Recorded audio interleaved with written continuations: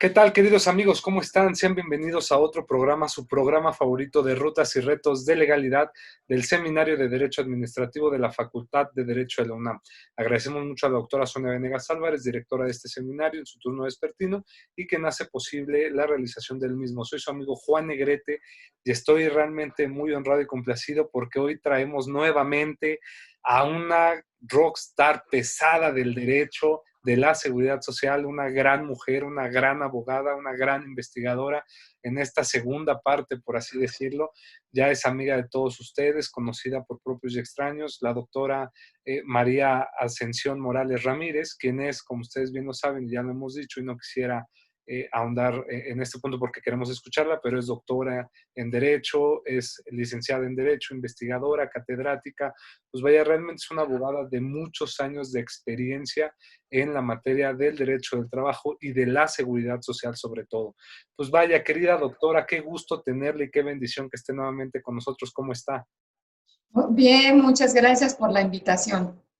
Excelente, doctora. Pues vamos ahora a entrar en materia, sobre todo por algo que preocupa mucho y que quedó claro en la primera parte que tuvimos, ¿no? Esta cuestión de una posible reforma al sistema de pensiones en México y que ha venido preocupando mucho, sobre todo a las personas que ya están próximas a pensionarse con el nuevo esquema de la seguridad social, que aunque lleva pues ya 26 años, por así decirlo, pues aún hay dudas e incertidumbre de cómo va a quedar. Por lo cual me gustaría hacerle la primera pregunta, si nos pudiera introducir un poco, explicar cómo se constituye este sistema actual en la ley del Seguro Social, que se le conoce como de cuentas individuales y que era algo que decíamos casi al final de la anterior entrevista, y el por qué se establecen estas cuentas individuales. ¿Por qué es así, doctora? Bien, el nombre correcto o el nombre, podemos decirlo oficial, se llama Sistema de Capitalización Individual.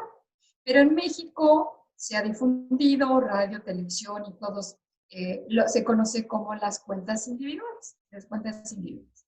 Entonces, ¿en qué consiste este sistema? Bueno, que el trabajador, la ley dice que el trabajador tiene derecho a tener una cuenta individual. En realidad no es un derecho, es una obligación, porque lo primero que tiene que hacer el trabajador, una vez que es afiliado, es abrir la cuenta individual en una administradora para fondos de retiro, lo que conocemos aquí en México como la SAFOR. Entonces, tiene que abrir su cuenta individual. ¿En realidad lo hacen los trabajadores? No. Y no lo hacen porque como depende de ellos ir a abrir esa cuenta, la gran mayoría no lo hace porque no, o si tiene el conocimiento, no sabe cómo o cuál es la administradora que le conviene, no sabe cuántas hay, qué es lo que pasa. Bueno, entonces, de acuerdo, vamos a ir comparando ley y realidad. Entonces, de acuerdo con la ley, hay que abrir una cuenta individual. En esa cuenta individual está puede integrarse por varias subcuentas, pero la que nos interesa o la que le debe interesar al trabajador es la que se conoce como subcuenta de retiro, cesantía de avanzada y vejez. ¿Por qué? Porque esa es la subcuenta obligatoria. Ahí no le preguntan al trabajador ni al patrón si quiere abrir esa subcuenta, es la subcuenta obligatoria. Y ahí en esa subcuenta se van a depositar las cuotas del trabajador, las del patrón y la parte que le corresponde al Estado. Por eso es la obligatoria. Entonces, ahí esa es la que va a dar derecho a las pensiones. Pero también la cuenta individual puede estar integrada por otra subcuenta que se llama la subcuenta de vivienda. Afortunadamente, en esa subcuenta de vivienda no aporta el trabajador, nada más aporta el patrón, un 5%. ¿Sí? Y si quiere el trabajador y si tiene dinero, puede abrir una tercera subcuenta que se llama de aportaciones voluntarias. Entonces, vean, la primera es obligatoria. Esta tercera es voluntaria. ¿Qué implica? Que si el trabajador le alcanza dinero, puede abrir esa subcuenta y estar depositando permanentemente de su dinero. Eso dice la ley del Seguro Social. Por la ley del SAR, la ley del Sistema de Ahorro para el Retiro, introduce otra subcuenta, que es de aportaciones complementarias. Entonces vean el sistema, ahorra, ahorra y ahorra. Ujú. ¿sí? Salvo la de vivienda, que es el patrón el que aporta, pues la primera es obligatoria, hay que ahorrar. La de aportaciones voluntarias, si le alcanza al trabajador y quiere, hay que ahorrar, y puede ser la de aportaciones complementarias. Eso dice la ley, yo hace referencia a cuál es la realidad. La gente, muchas de los trabajadores, no saben que tiene que abrir la cuenta. Sí los afilió el patrón y hasta ahí. Otros sí saben, pero no saben en dónde ni cuántas administradoras hay. Y a lo mejor sí saben cuántas, pero no saben cuál es la que les conviene. Así es. Y obviamente no tienen educación financiera para saber pues, cuál es la que les conviene. Entonces, ¿qué hace mucha gente? No hace nada. O otros dicen, pues por aquí el banco me queda más cerca, pues ahí. O si hay sindicato, a lo mejor el sindicato les dice, aquí estamos todos y tú también entras. Pero un gran número de trabajadores no está afiliado. Entonces, ¿qué pasa con ellos? Pues que momentáneamente están en una cuenta del Banco de México y posteriormente la CONSAR los va a canalizar a algún administrador, ¿sí? Entonces, los acepta. Entonces, el primer paso, que es el más importante, es que Ujú. muchas veces no se cubre. El trabajador no abre su cuenta individual. Entonces, ¿a dónde estaba su dinero? Sí, su dinero va a estar, después la gente dice, oye, es que yo no sé. Bueno, hay que mandarle un correo a la CONSAR para decirle, oiga, soy fulano de tal, ¿en dónde estoy? ¿A qué Afore estoy afiliado? O sea, por ejemplo, en este caso, nada más haciendo un resumen brevemente de esto para que nos quede claro, esta cuenta individual obligatoria la tiene que abrir forzosamente el trabajador, es decir, no la abre el patrón. No. Y, por ejemplo, si esta cuenta individual no la abre ninguna Afore, como bien señala usted, ¿dónde podría estar ese dinero que tendrían que aportar tripartitamente, por así decirlo, o el patrón o él, en esa cuenta? Es decir, ¿dónde quedaría ese dinero? El dinero primero va a estar en una cuenta concentrada y Ah, posteriormente perfecto. había señalado, o sea, no se pierde el dinero. El problema es que después de a lo mejor de 5 o 7 años dice el trabajador, es que yo nunca abrí una Afore, ni sé en qué Afore estoy. Ujú. Entonces, lo primero que tiene que es, ¿dónde están sus recursos? Entonces, tiene que empezar a indagar si sigue en la cuenta concentradora o si ya fue asignado a una Afore. Ah, perfecto. Y en este caso, si él abre, tiene que notificarle a su patrón dónde Sí, está. sí. Ah, muy bien, interesante. Y qué bueno que también manejen que existe también una cuenta de vivienda donde solo aporta el patrón, que también supongo se le tiene que notificar al patrón o el patrón ya la abre automáticamente también. No, en la subcuenta vivienda ya existía, siempre ha existido la subcuenta vivienda, ¿sí? Desde 1972.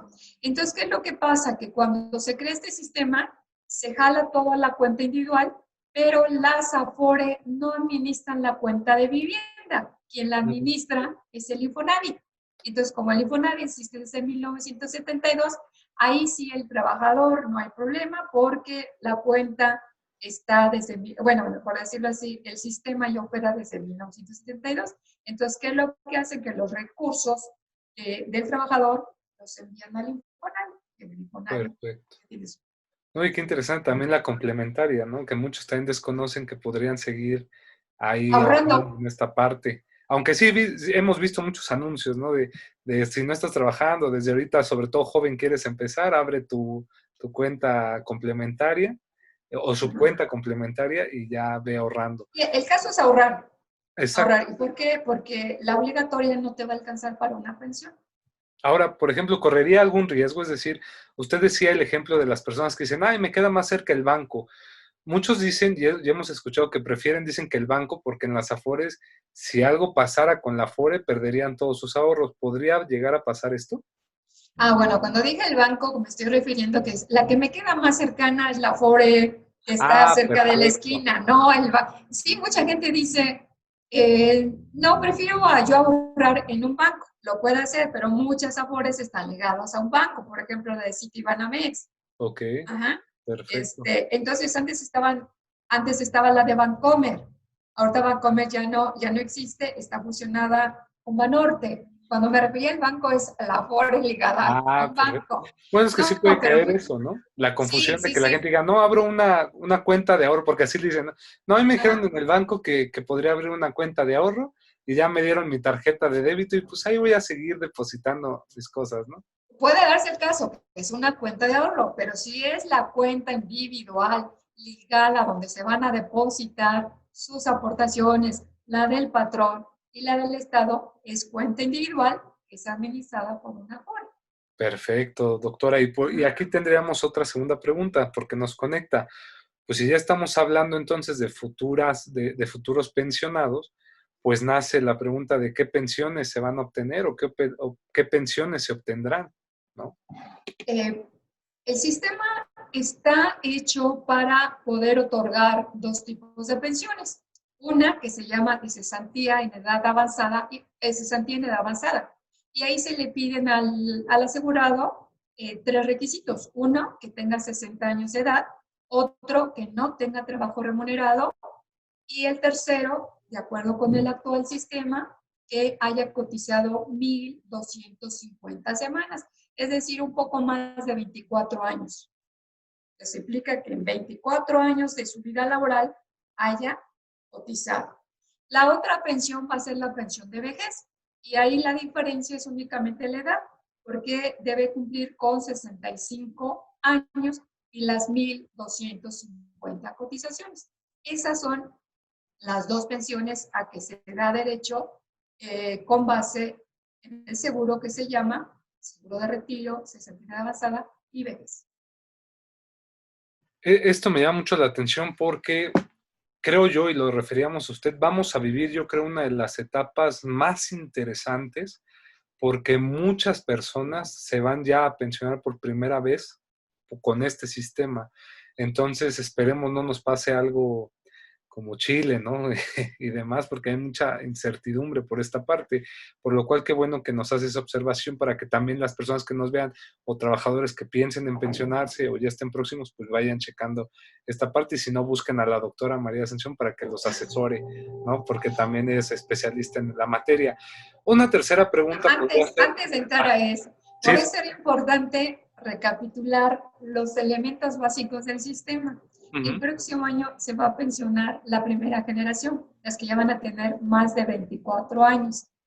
Y los datos son muy tristes, porque los datos nos los dio la CONSAR, el principio en febrero de este año.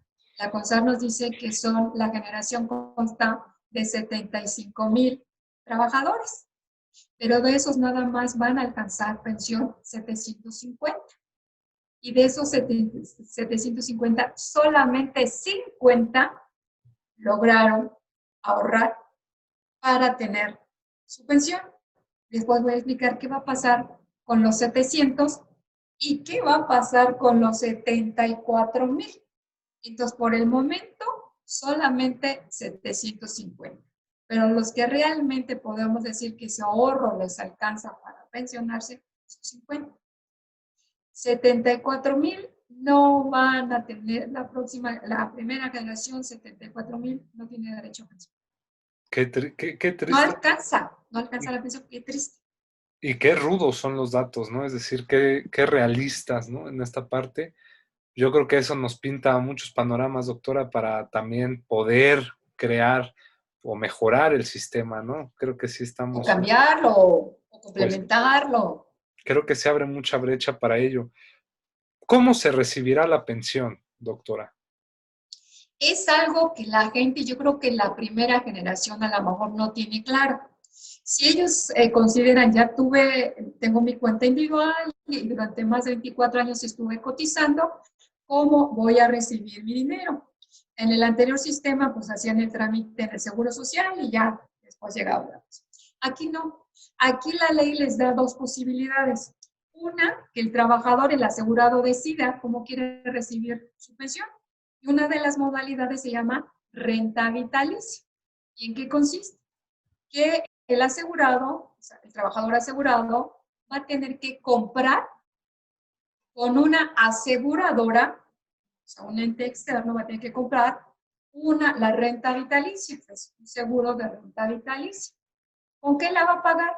con los recursos, con lo que haya ahorrado en la cuenta individual. Entonces, el asegurado le va a tener que decir a la Afore, ya voy a contratar mi renta vitalicia con tal aseguradora, pásale los recursos de la cuenta individual. Pero el asegurado va a tener que comprar dos, vamos a decir, dos seguros, o va a tener que realizar dos contratos con la aseguradora. Uno para su renta vitalicia, para él, y el otro se llama seguro de sobrevivencia. Este va a ser para sus beneficiarios.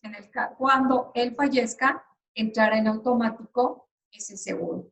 Entonces, ¿cómo desea recibir su dinero? Tiene que decir, si es por renta vitalicia, entonces tendrá que contratar con una aseguradora la renta vitalicia.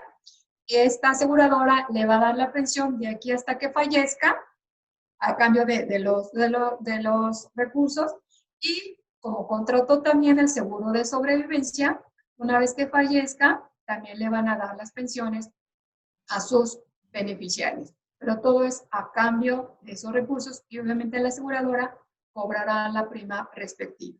¿Sí? Segunda modalidad. La segunda modalidad se llama retiro programado. ¿En qué consiste? Que el dinero se sigue quedando en la Afore.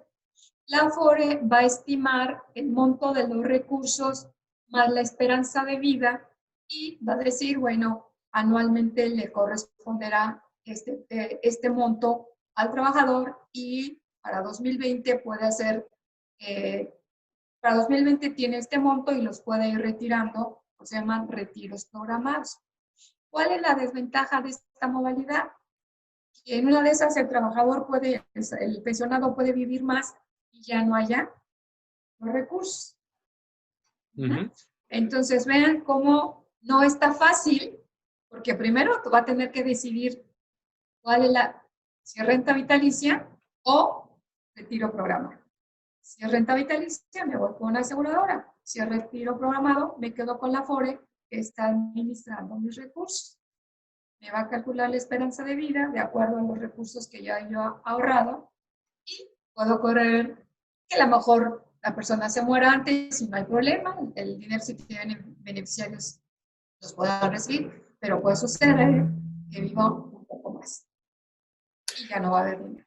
Y por ejemplo, si fuera en este caso por seguro, pues ya garantizas que te estén pague y pague, aunque vivas más del tiempo, pero yo supongo que la cantidad va a ser menor, ¿no? A la que te podría dar una Afore por la prima que tendría que estar cobrando anualmente, supongo yo, la La aseguradora. aseguradora. Y también va a depender de los recursos, cuánto se haya ahorrado. Entonces, de que van a cobrar una prima, van a cobrar una prima por esos recursos. En el Inter de aquí en estos 24 años, la primera generación ya estuvo pagando comisiones también. Santo. Entonces, durante todos estos 24 años hay que pagar, ¿no? Hay que pagar la administración, y la administración del pago se refleja en comisiones. Ah, qué cosas, porque son de esos puntos que luego, cuando uno habla con las personas que ya se van a pensionar o se pensionaron, tienen esas quejas, ¿no? Realmente sí hay que poner el dedo ahí donde hay que señalar.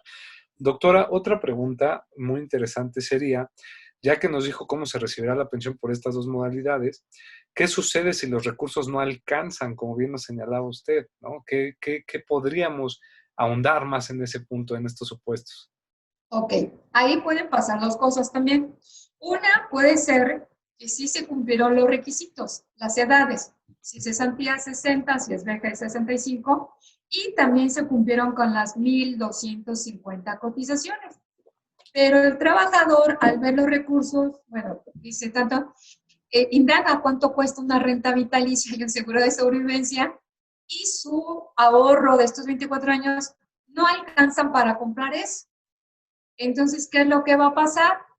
La ley dice que el Estado va a poner la diferencia, y entonces el trabajador sí va a tener una pensión, pero se conoce como pensión garantizada. Entonces, para que el trabajador, el asegurado, tenga derecho a la que el Estado le ponga la diferencia, para que tenga, entonces va a ser, primero tiene que cumplir los requisitos, y luego ya el Estado le ayuda y tiene derecho a la pensión garantizada. Y hace rato comentando con los datos de este año, dijimos que 750 sí van a tener derecho a pensión, pero nada más 50 que lograron un poco de ahorro. Los 700 van a tener pensión garantizada. ¿Y a cuánto equivale? A un salario mínimo, pero no un salario mínimo de 2020, sino un salario mínimo indexado de 1,997. Ahorita más o menos anda en 3,200. Ok. O sea, no corresponde al actual. ¿Sí? Entonces, ojo, estos 700 de la primera generación van a tener la pensión mínima garantizada, equivalente a un salario mínimo indexado de 1997. Los 50 que afortunadamente sí lograron tener un poquito más de recursos, tampoco van a tener la gran pensión. A lo mejor tienen una pensión arriba de un salario medio, algo así, tampoco va a ser la gran pensión. ¿Sí? Segundo caso, tiene las edades, pero no logró tener trabajo durante 24 años. Algunas veces estuvo contratado por un año, otras veces por 6 meses. Total, no acumula 24 años, pero sí tiene 60, sí tiene 65. ¿Qué va a pasar con esa persona? Para que tenga derecho a pensión debe cumplir los dos requisitos: la edad y las cotizaciones. Esta persona cumple la edad, pero no las cotizaciones. ¿Qué dice la ley? Le da dos opciones. Una, retira tu dinero en una sola exhibición. ¿Sí? O sea, no tiene derecho, pero puede retirar su dinero. O la otra opción, dice la ley, que continúe cotizando hasta que acumule las 1,250. Ahí hay un gran riesgo porque el trabajador, si retira lo poco que haya ahorrado, pues en un 2x3 es posible que ya no tenga recursos. Primero, no es pensión. ¿Sí? Y ahí van a entrar los 74,000, más de 74,000 de la primera generación, los que no les alcanzó para comprarse, para tener derecho a una pensión. Okay. Es decir, durante 24 años no lograron o quizá tener empleo, ¿verdad? Lo más seguro es que no tuvieron empleo en algunos lapsos y entonces, ¿qué va a pasar con ellos? Si tienen trabajo y logran conseguir, pues que sigan acumulando y si no, van a tener que retirar su dinero. Pues vaya que también eso es no nos deja muchas esperanzas, por así decirlo. Realmente es triste. Por ejemplo, ya que nos dijo qué pasará o qué sucede si los recursos no alcanzan, de ahí me gustaría preguntarle, ¿habría posibilidad o se podría pensionar las personas antes de las edades que establece la ley? Sí, este es un supuesto que marca la ley, pero ya vimos la realidad. Este supuesto es interesante, ojalá y se diera. Yo les desearía a todos los asegurados que ojalá fuera el caso. ¿Por qué? Porque la ley permite, no es necesario que llegues a 60 o a 65 años, pero se te va a permitir pensionarte siempre y cuando en tu cuenta individual haya mucho dinero, haya recursos. Entonces le van a calcular cuánto cuesta una renta vitalicia mínima más un 30%. Hacen la suma, el monto, cuánto cuesta esto y ven cuánto hay en su cuenta individual. Imaginémonos, no tengo, ese es un ejemplo hipotético. Vamos a suponer que la renta vitalicia más con seguro de sobrevivencia, se hace el cálculo renta vitalicia, seguro de sobrevivencia, más un 30%. Vamos a imaginarnos sueño así muy positivo, que cuesta, no sé, 2 millones. ¿Cuánto hay en la cuenta individual? El trabajador tiene 3 millones. ¿Le alcanza? Sí. Entonces le van a permitir que se pensione. ¿Cuántos años tiene el trabajador? Tiene 50, tiene 55. Ahí está bien, tiene suficientes recursos. Entonces le van a permitir que se pensione porque dijimos costaba 2, millones, él tiene 3, y él puede decidir con ese dinero, ese millón que le queda, puede decidir retirarlo, puede decidir ocuparlo para incrementar su pensión o incrementar la de sus beneficiarios. Es un supuesto que es el que yo le desearía a todos los asegurados, pero estamos viendo cuál es la realidad de la primera generación y aparte de que el sistema es complicado, es que va ligado a tener empleo y va ligado a estar cotizando. Pues ojalá el día de mañana la segunda generación y las futuras cayeran en este supuesto. Pero este supuesto, por lo menos la primera generación, Ninguno. ninguno. Híjole. Pues ojalá sí, porque pues ya va a ser muy consecutivo, es decir, ya empiezan estas actualizaciones casi al año, ¿no? Es decir, Sí, se van a ir estando pensionando sí, ya. ya desde el próximo año en adelante, si no es que haya un cambio, Ajá. ¿verdad? Si no hay un cambio de ajuste, algo que beneficie a los trabajadores, pero si no se da eso, ya 21, 22, 23 y en adelante. Ojalá sí se dé un cambio. Creo que sí se requiere actualizar lo que no está bien, ¿no? Y por ejemplo, me gustaría también preguntarle, ¿quién entonces? Digo, ya nos dijo más o menos, pero me gustaría hacerle la pregunta para que sea más, nos pueda explicar un poco más cómo cómo funcionan. ¿Quiénes son entonces quienes administran las cuentas individuales, ¿no? Quienes administran, había dicho, son las administradoras de fondo para el retiro, que las conocemos como las Por eso. AFOR.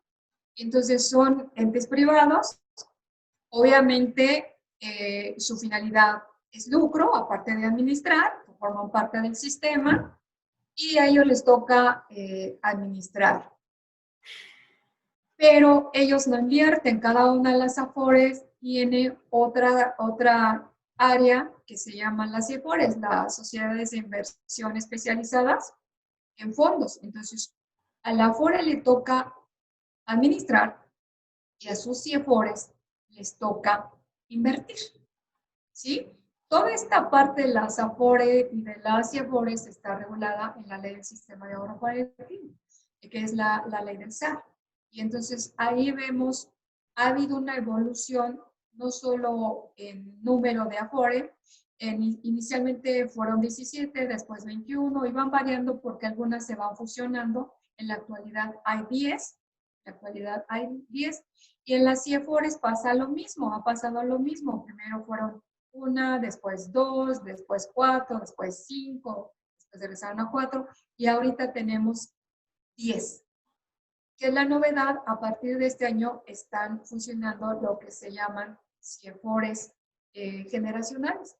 Y en un principio las CIEFORES iban ligadas a la edad. En este momento también van ligadas a la edad y tenemos 10. Y ese es el esquema.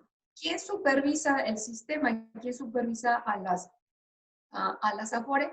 Yo he dicho la Comisión Nacional del Sistema para Ahorro del Retiro, que se conoce como la CONSAR. ¿Sí? Y habíamos señalado que por la administración de las cuentas individuales, obviamente se cobran comisiones. ¿Sí? En la actualidad, a partir del 2009, se cobra una comisión por saldo. Antes el trabajador tenía que elegir cómo quería que le cobraran su comisión. Había 3: rendimiento, flujo y saldo. En la actualidad nada más es por saldo. Y si ven, el sistema pide que el trabajador, el asegurado, tome muchas decisiones. Primero, ¿dónde abro mi cuenta individual? Ok. Luego, ¿cómo quiero pensionarme? ¿Renta vitalicia o retiro programado? Luego, tengo que tomar anhelites antes de cómo quiero retirarme. Tengo que decir cómo quiero que me cubren las comisiones. ¿Sí? Entonces, y la realidad es, ¿los trabajadores han tomado alguna decisión en esto? No. No, no. Y hay una crítica que se hace, que la gente no tiene ni educación ni cultura financiera. Y es cierto, y eso es cierto, pero no porque la gente no quiera. Sí hay que tomar cursos para saber, porque luego las AFORES utilizan intermediarios, entonces van a las casas o van a las empresas y convencen a los trabajadores para, mejor cámbiate a mi Afore. Sí. Pero ¿por qué no? Que es mejor que la... Pero no, el trabajador no tiene elementos para poder Tomar decir, una decisión. para tomar esa decisión. Es lo que dice el intermediario. Y muchas veces, y lo dice la misma CONSAR, ¿qué ha pasado? Que el trabajador se cambia a una Afore que es todavía peor que la que tenía. ¿Por qué? Porque a lo mejor le dijeron que la comisión era más baja, pero resulta que no genera rendimientos. Y entonces hay que tener elementos financieros para poder tomar una serie de decisiones. Y que si se queda el sistema, lo más conveniente es que los asegurados sí tomen estos cursos, por lo menos para enterarse cuáles son las bases del sistema y luego cuáles son las decisiones que tiene que tomar. Y empezando por cuántas Afore hay, en dónde están, cuáles son las comisiones. Pero aunque me aparezca la comisión y esto, pues no hay elementos, sí tendrán que asesorarse. Y yo diría, pues no con un contador, tendrá que ser con un actuario. Sí, sí, sí. Un contador, tiene que ser con un actuario para que nos diga más o menos. Entonces, si permanece este sistema, de acuerdo con el acuerdo que se anunció, pudiera ser que sí, entonces sí hay una obligación del asegurado conocer el sistema, ya no está nuevo, ¿verdad? Ya tiene va a cumplir sus 24 años, ya no está nuevo, y sí tiene que tomar cursos para tener la educación y la cultura financiera. La cultura financiera estás obligado a ahorrar, como tú lo señalabas, ven muchos comerciales y aunque sea de a pesito, ¿verdad? Pero ahorra. Es cultura del ahorro. Y la otra, la educación financiera, es ver en cómo se invierte, cuál es la Afore que más te conviene, en razón de que más te conviene, etcétera. No está sencillo, es un esquema bastante complejo. ¿Sí? Se cuestionaba al anterior sistema que el trabajador era inactivo, era muy pasivo, porque no tenía que tomar ninguna decisión, y en esta iba a tomar todas las decisiones. Pues sí, debería tomar todas las decisiones, pero la realidad es que como no lo conoce, no puede tomar decisión alguna. Aparte, salió muy relativo, ¿no? Porque las personas que están en el anterior sistema, hoy por hoy sus pensiones son, y digo, lo han manifestado así, tienden a ser mucho mejores que las que van a tener estas personas, ¿no? Porque sí no tenemos cultura del ahorro, sí no tenemos educación financiera, pero también la situación muchas veces no permite que la gente, por más que quiera ahorrar, pueda ahorrar, ¿no? Entonces es un punto que estamos viendo. Ahora, y digo, aprovecho para la gente que nos ve, pues que si quieren tomar cursos igual, la Conducef, por ejemplo, año Sí. con año organiza un diplomado de educación financiera y demás, pues digo, no quita nada que también nos actualicemos a través de las instituciones. Como bien señala también la doctora, es importante tomar estas decisiones, pero yo sí creo que necesitamos cambiar el sistema de seguridad social en México, en mi muy humilde punto de vista, porque creo que sí se están viniendo, y lo habíamos hablado, es decir, por favor, la doctora nos refería del acuerdo de reforma o posible reforma que había. Los invitamos a que vean la primera parte del video anterior con la doctora, donde nos explica bien cómo está el sistema, para sobre todo entendamos de lo que estamos hablando. Ahora, doctora, me gustaría saber su opinión porque yo he platicado con muchas personas de que se han venido pensionando y a veces les da miedo hablar de las Afores porque dicen, es que las Afores roban, ¿no? Porque cuando de repente se pensionan y ya les dan el papel donde viene cómo está estructurada lo que tienen y demás, dicen, ay, yo ahorré 250,000 pesos, ¿no? Y la gente va a esperanza y dicen, ay, me van a dar mis 250,000 pesos. Y de repente llegan y, Hay un oiga, no, descuento. a usted le corresponde 100,000 y tanto. Y dice, oye, y mi otra mitad, no, esa no, se la queda la Afore. Y dicen, ¿cómo? Y ahí se hace todo y van con los abogados y demanden. Y a veces es porque el sistema y la desinformación, pues no la sabía, ¿no? ¿Qué opina usted de todo esto? Porque es un problema que se va a venir ahorita también. Sí, ya el problema ya existe, no en cuanto a los pensionados por cesantía de armas o de vejez, sino puede ser por pensionados en cuanto a viudez, y demás, ¿no? En fin, sí, se les hace un descuento, pero sí, dentro de las juntas, hasta este momento, las juntas federal de conciliación y arbitraje, muchas de las demandas son en contra de las Afore. En algunos casos es, en el sentido, pues te lo debo, pero pues gánamelo, ¿no? Es una situación así. Habéis comentado dos comentarios en relación a esto, que a veces, aunque la gente quiera ahorrar materialmente, le es imposible. Y sí es cierto, los afiliados al Seguro Social están afiliados entre 1 y 3 salarios mínimos, o sea, casi al día, entonces, pues materialmente dicen, ¿cómo voy a abrir la cuenta de aportaciones voluntarias si no me alcanza? Que se van a pensionar o se han pensionado los de la ley 73 del sistema anterior, una pensión mejor, sí, sí, así es la realidad, la pensión es mejor. ¿Por qué? Porque ahí estaba contribuyendo, bueno, también contribuía el patrón, el trabajador del Estado, pero sí las prestaciones son superiores. Y aquí va a estar cuál es el problema y lo que perjudica a la generación Afore, que depende de su ahorro.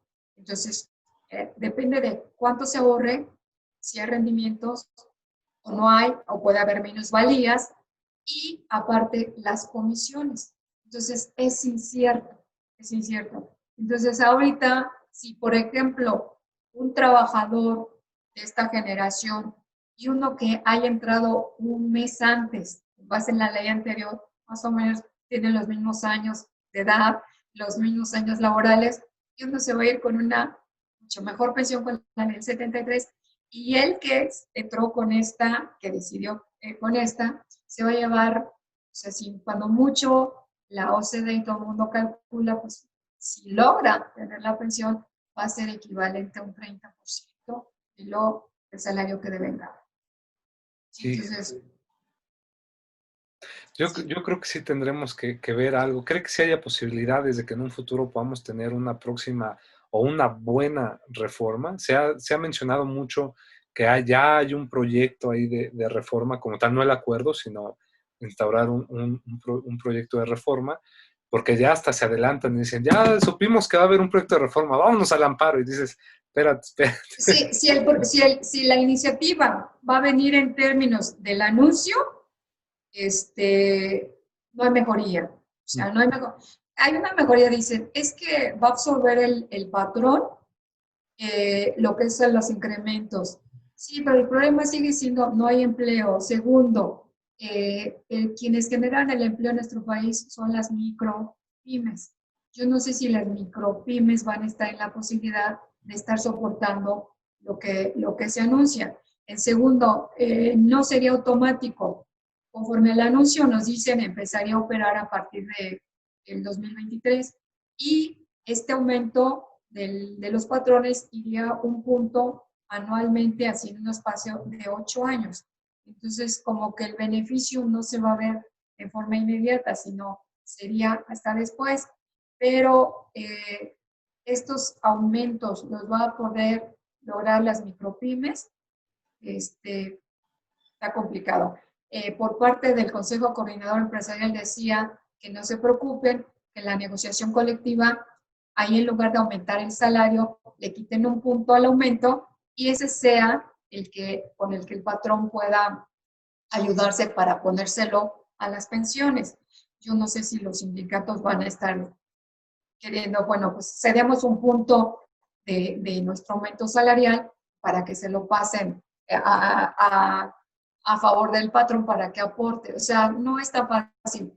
Y en segundo, el beneficio siempre va implicado a que por lo menos el trabajador tenga la pensión mínima garantizada, ni siquiera es para decir que supere la mínima. O sea, el esfuerzo no da para este cambio. Si bien en ese sentido, la realidad no va a cambiar, ¿sí? Si esperamos otra posibilidad, yo soy de la idea y por ahí hay otras propuestas diferentes al del Consejo Coordinador Empresarial. Si ya vimos, se le cuestionó el anterior sistema que tenía defectos, pero ya vimos que el actual tiene todos los defectos. ¿Por qué? porque la realidad nos está diciendo que 74,000 no van a tener pensión y que los poquitos van a tener la mínima garantizada. Entonces, ¿qué es lo que tenemos que hacer? Bueno, pues entonces, toda vez que es un negocio, lo que implica el sistema y no quieren dejar el negocio, pues entonces jalemos, juntemos los dos, le digo, un componente contributivo mixto donde se junte el anterior con el actual, de manera que por lo menos la gente no tenga la mínima, tenga una pensión básica, no la mínima, básica, y se complemente con lo de capitalización.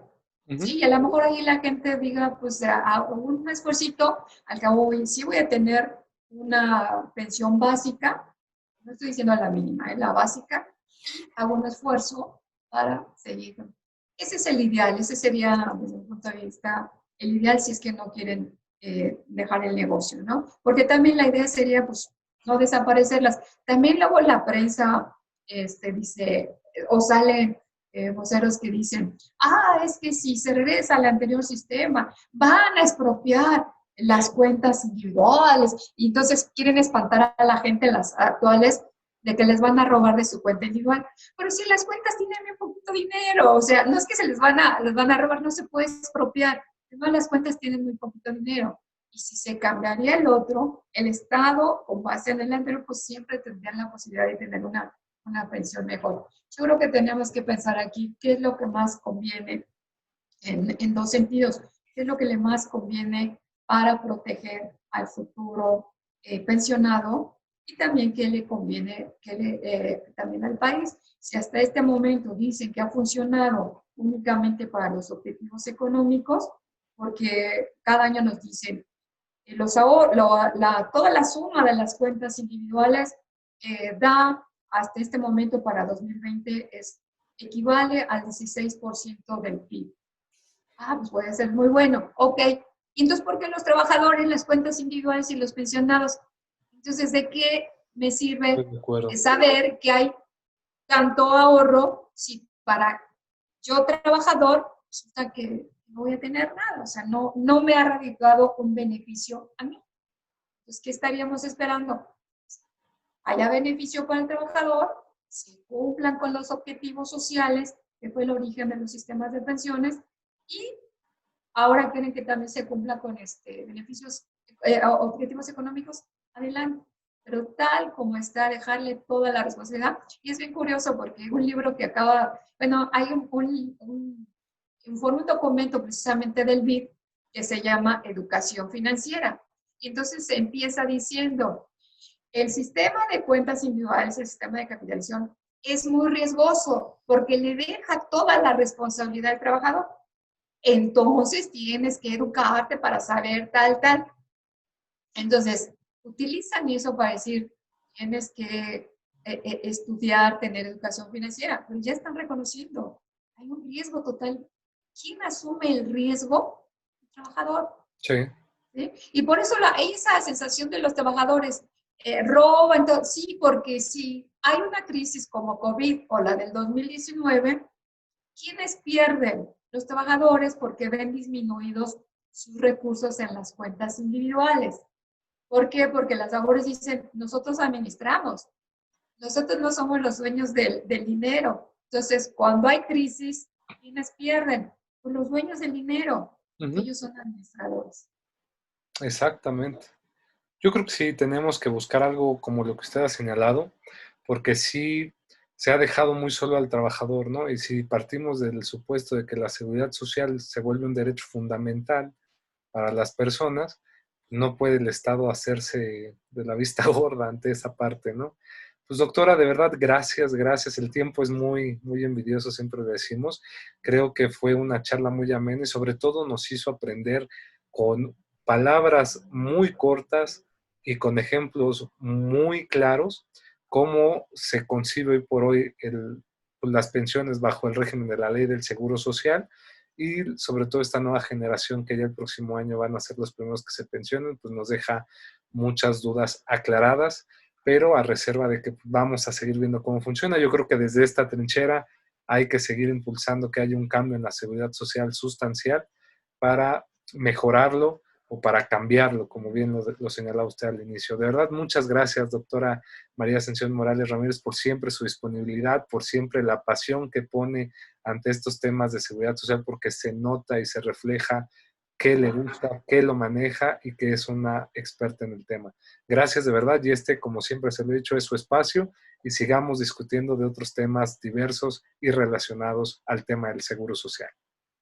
Pues muchísimas gracias, para mí es un gusto y obviamente siempre me quedo con preocupación, un poco con preocupaciones de un tema tan importante.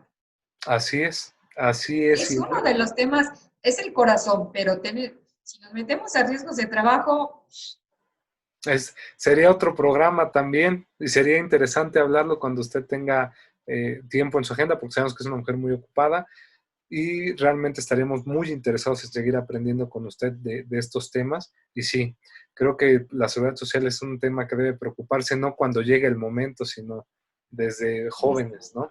Desde Así jóvenes. que gracias de verdad, agradecemos mucho al doctor Rolfo Contreras Bustamante, director de la Facultad de Derecho, al maestro Ricardo Rojas Arévalo, secretario general de la facultad, y a la doctora Sonia Venegas Álvarez, directora del Seminario de Derecho Administrativo, y también a usted, persona que nos ve, que siempre está con nosotros, suscríbase a nuestro canal, comparte este material, como ya lo vieron, el sistema de pensiones le va a servir a usted y a muchas otras personas, así que compártalo y sobre todo regálenos un like, pero sobre todo gracias doctora nuevamente por su tiempo y nos vemos en un próximo foro y en una próxima entrevista. Muchas gracias y tenga un lindo día. Gracias.